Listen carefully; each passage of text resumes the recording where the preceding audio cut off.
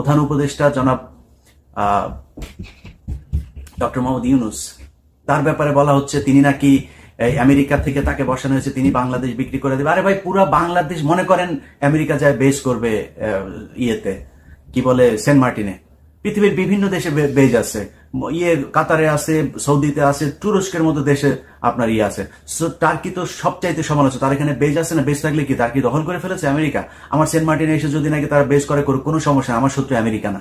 America কোনোদিন বাংলাদেশ দখল করতে যাবে না। বাংলাদেশ যদি দখল করে, সেটা দখল করবে ভারত আর চীন।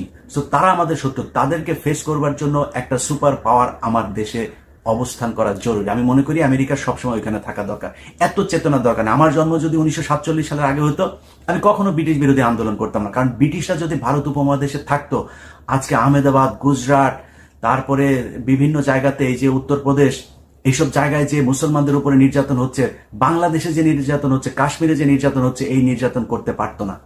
তারা যাওয়ার কারণে সেটা হয়েছে। ভারত উপমহাদেশে যদি ইংরেজরা এখন পর্যন্ত টিকে থাকতো, তাহলে বাংলাদেশ, নিউজিল্যান্ড, অস্ট্রেলিয়ার মতো একটা উন্নত দেশ হতো। আমরা চেতনা দেখে, বিশেষ করে আমাদের মুসলমানরা বেশি আন্দোলনগুলো করেছে।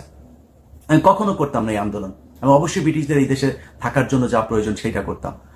অতএব আমেরিকার বাংলাদেশে থাকা খুব জরুরি। আমরা চাই আমেরিকার অবস্থান বাংলাদেশে সবসময় থাকুক। তারা আমাদের শত্রু না এই মুহূর্তে। আমাদের দেশ যদি আপনি স্বাধীন করে ফেলতে পারেন, সেটা ঠিক আছে। আপনার দেশের প্রতি ইঞ্চি জায়গার ভেতরে ভারত তাদের নিয়ন্ত্রণ প্রতিষ্ঠিত করেছিল। কোথায় গেছিল তখন আপনাদের এই সমালোচনা? কেউ তো কোনো কথা বলেন নাই। মংলা পোর্ট, চিটাগাং পোর্ট, সব জায়গায় বাংলাদেশের ভেতর দিয়ে 1 টাকা ট্রানজিট দিয়ে তারপরে ঢুকে গিয়েছে। কেউ কোনো কথা বলে নাই। এই যে মানুষগুলো আজকে কথা বলছে, তারা ওই সময় কথা বলে নাই। যারা ওই সময় কথা বলেছে, তারাই আজকে যদি এই সরকারও যদি বাংলাদেশের বিরুদ্ধে কিছু করে, তারা দেখবেন এখনো কথা বলবে। তারা কাউকে ছাড় দিয়ে কথা বলবে না। কিন্তু তারা যারা তখন বলে নাই, এখন বলছে, এগুলো হচ্ছে সুবিধাভোগী। এরা আওয়ামী লীগ এই গত কয়েক বছরে কয়েক লক্ষ কোটি টাকা চুরি করে তারপরে এখন ভারতে গিয়ে বসে আছে, সেই টাকার বিনিময়ে এখন কথা বলে। এই রোকেয়া প্রাচী এক রাতে, মানে জিনিস তো ভালো না, কেউ তো খায় না, তারপরেও মনে করেন তার প্রতি রাতে পাল্টাইতে মন চায়। এগুলি যার তার গায়ের উপরে যায়, মানে বসা যায়। আমি ওই ইটিভিতে আপনার ওই 21 চোখের সময় আমি মেকআপ টেকআপ নিতাম না, কিন্তু হালকা ওই যে পাউডার টাউডার দিত শুটিং করার আগে।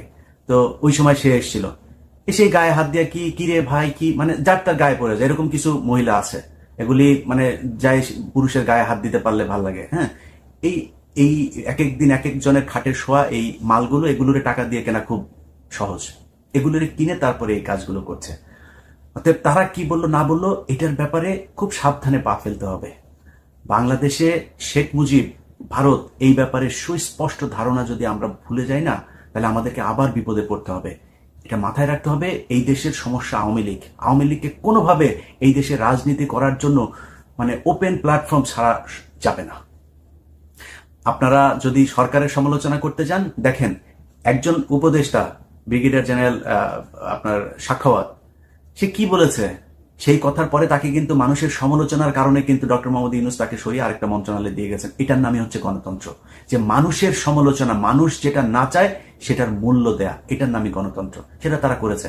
আমি মনে করি এই যে সরকার আছে, তাদের ব্যাপারে জাজ করার মতো সময় এখনো আসে নাই। আমরা অপেক্ষা করি, দেখি কি হয়।